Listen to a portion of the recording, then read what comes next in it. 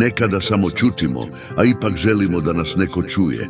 Gde su nestali ljudi koji slušaju tišinu? Raspi brige i strahove na prozore kao jorgane. I diši i ne slutiš koliko si zapravo srećan. Tek tako, jer te ima. Jer imaš još jedno novo proleće.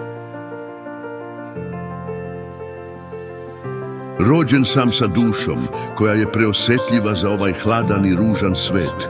I uvek sam stvari posmatrao dublje i drugačije nego ostali ljudi. To je uvek bio moj blagoslov i moja kletva. Danas služimo stvarima ne znajući pravu vrijednost ničemu.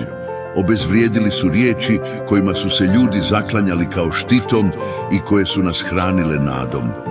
Ubili su nam riječi koje smo smatrali svetima, prostituisali ih, učinili zastavama pod kojima marširaju gazeći čovjeka.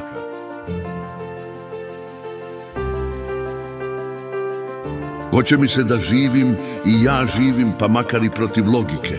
Neka i ne verujem u poredak stvari na ovom svetu, ali su mi mili lepljivi listići u proleće koji se tek razvijaju. Milo mi je plavo nebo.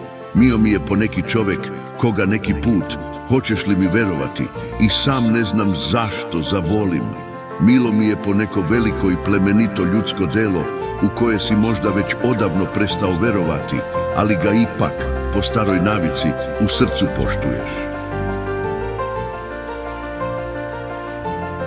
Srce pozna ono što jezik nikad neće moći izreći i što uši nikada neće moći čuti. Nepotpuni smo, a zatvoreni.